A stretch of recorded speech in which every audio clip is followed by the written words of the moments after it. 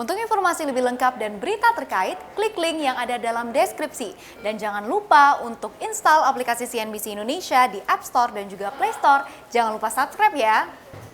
Ya, bagi Anda yang telah terlanjur membeli tiket penerbangan baik penginapan untuk libur panjang bulan Desember nanti, ada baiknya Anda menunggu kabar terbaru dari pemerintah dan di saat yang bersamaan menanyakan kepada maskapai penerbangan atau penginapan tersebut apakah reservasi Anda dapat di-refund atau mungkin diatur kembali itinerary Anda. Karena pemerintah saat ini berniat untuk memangkas hari libur akhir tahun nanti. Nah, apa yang menjadi pertimbangan pemerintah dan apa pro dan kontranya? Kami ulas untuk Anda pagi hari ini di Tarik Ulur Libur Akhir Tahun.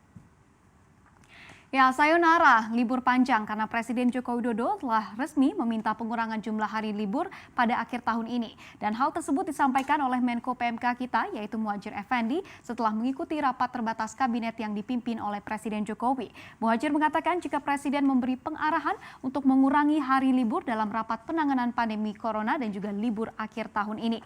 Di mana pemerintah sebelumnya sudah mengundur yang namanya waktu cuti bersama pada Hari Raya Idul Fitri tahun 2020 ini yang rencananya libur pengganti bakal diberikan yaitu pada 28 hingga 31 Desember 2020 atau sekitar 4 hari libur.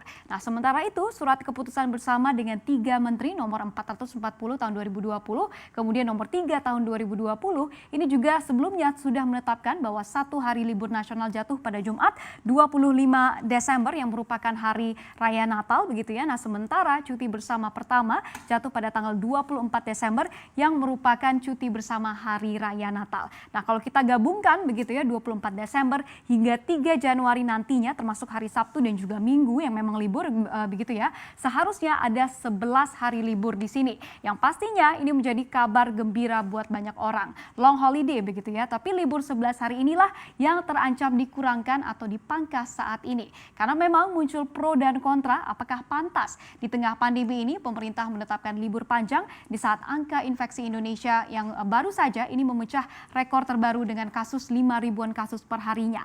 Nah, kita lihat pro dan kontranya dan kita lihat di sisi kontranya terlebih dahulu. Apa yang menjadi pertimbangan?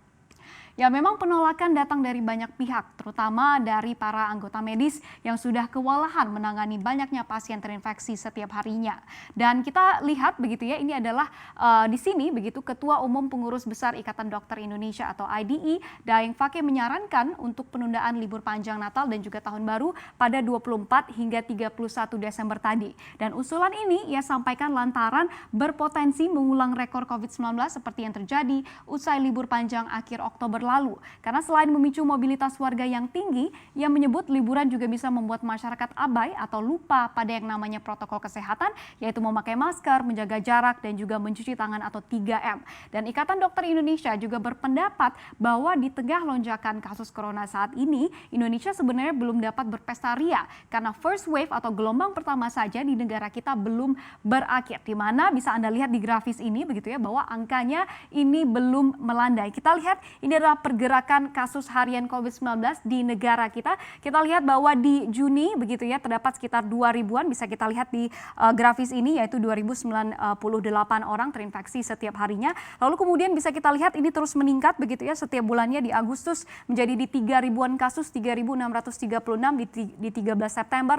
Lalu kemudian bisa kita lihat bahwa untuk di Oktober begitu ya ini juga terjadi peningkatan menghampiri yang namanya angka 4.000 yaitu di 3.906 orang per harinya. Lalu kemudian kita lihat di sini bahwa 13 November kemarin ini pecah rekor begitu ya, dalam satu hari terdapat 544 ribu orang yang terinfeksi virus corona ini. Lalu kemudian di 23 November juga angka ini juga sebenarnya masih tinggi begitu ya kalau kita lihat di data terakhir yaitu 4.442 orang terinfeksi virus mematikan ini di negara kita setiap harinya. Namun di sisi lain kita ketahui bahwa maskapai penerbangan, perhotelan, restoran, dan retail ini semuanya merana karena corona ini dan alhasil devisa pariwisata kita kehilangan ratusan triliun rupiah akibat pandemi ini dan juga jutaan orang harus kehilangan pekerjaan begitu ya. Oleh karena itu kita akan lihat dari sisi pro-nya jika nantinya memang betul-betul jadi begitu ya libur panjang di akhir tahun 2020 ini. Ya, kita ketahui pandemi ini memang membuat devisa pariwisata merana dan juga momen-momen dari libur panjang inilah yang diharapkan oleh para pekerja di sektor ini yang akan mendongkrak atau memberi angin segar. Kita lihat pada 2019 lalu devisa pariwisata kita sebelum terjadi yang namanya pandemi virus corona ini yaitu di kisaran 280 triliun rupiah di tahun 2019 lalu dengan jumlah pekerja di sektor ini mencapai 13 juta orang begitu ya. Sementara kalau kita lihat proyeksi dari devisa pariwisata kita untuk tahun 2020 yang diproyeksikan oleh Kementerian Kemenparekraf begitu ya, ini hanya berada di angka 56 triliun rupiah saja atau di 3 hingga 4 miliar dolar Amerika Serikat. Dan potensi kehilangan begitu ya dari devisa pariwisata kita ini adalah diperkirakan oleh Kemenparekraf yaitu sebesar 224 triliun rupiah dalam tahun 2020 ini saja dibandingkan dengan devisa pariwisata di tahun 2019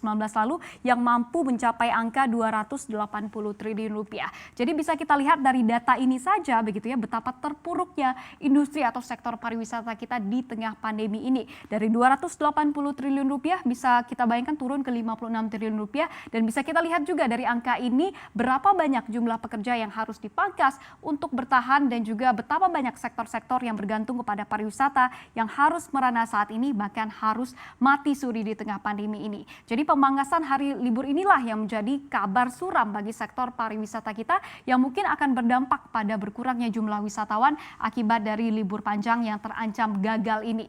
Lalu kemudian kita lihat juga bagaimana jumlah hari libur negara kita kalau kita bandingkan dengan negara-negara lain. Apakah negara-negara lain ini juga memangkas hari libur mereka di tengah pandemi ini? Kita lihat angkanya di slide berikutnya. Ya, berikut hari libur negara kita dibandingkan negara-negara lain. Kita lihat angkanya begitu ya di tahun 2020 ini secara total hari libur di Indonesia, hari libur nasional ini ada di angka 24 hari di tahun 2020 ini. Lalu kemudian kita lihat negara-negara Asia lainnya ada Jepang dan China di sini yang sedikit lebih banyak begitu ya di 28 hari di tahun 2020 ini. Tapi memang ini seiring juga dengan memang angka kasus infeksi dari virus corona di dua negara ini yang memang sudah melandai begitu ya dibandingkan dari Indonesia. Lalu kemudian kita lihat Korea Selatan ini memang memangkas habis-habisan begitu ya hari libur mereka yaitu menjadi 17 hari saja di tahun 2020 ini untuk juga menekan dampak dari infeksi virus corona ini karena kita ketahui bahwa Korea Selatan baru-baru ini memang terjadi yang namanya second wave atau gelombang kedua di Korea Selatan. Lalu kemudian kita lihat juga negara jiran kita yaitu Singapura yang sama dengan Indonesia ini ada di 24 hari libur nasionalnya. Tapi seperti saya katakan tadi ini juga sama dengan Jepang dan China karena memang kasus di Singapura ini sudah mulai melandai begitu. Bahkan dalam 1 minggu terakhir tidak terjadi yang namanya infeksi virus corona atau 0 kasus di Singapura. Lalu kemudian kita lihat juga untuk Eropa begitu ya ini juga memangkas yang namanya hari libur mereka yaitu menjadi 17 hari dan ini juga seiring memang kita ketahui infeksi dari virus corona di Eropa ini juga memang belum mampu mereda begitu ya, belum turun angkanya bahkan ada beberapa negara yang kembali melakukan lockdown karena seperti Korea Selatan tadi begitu terjadi yang namanya second wave atau gelombang kedua. Lalu kemudian kita lihat di sini ini ada fakta menarik juga bahwa Amerika Serikat negara dengan kasus infeksi virus corona terbanyak di dunia begitu ya. Ini malah jumlah hari liburnya malah sepertinya meningkat begitu di tengah virus corona pandemi virus corona ini ya ini dengan 28 hari untuk di tahun 2020 ini. Dan balik lagi kalau kita lihat memang Indonesia ini hari liburnya masih lebih tinggi begitu ya dibandingkan dengan negara-negara seperti Korea Selatan dan juga dibandingkan dengan negara-negara lain ada seperti di Thailand misalnya yang juga sudah dikurangkan yang namanya hari liburnya. Jadi bisa kita lihat Indonesia hari liburnya ini masih lebih tinggi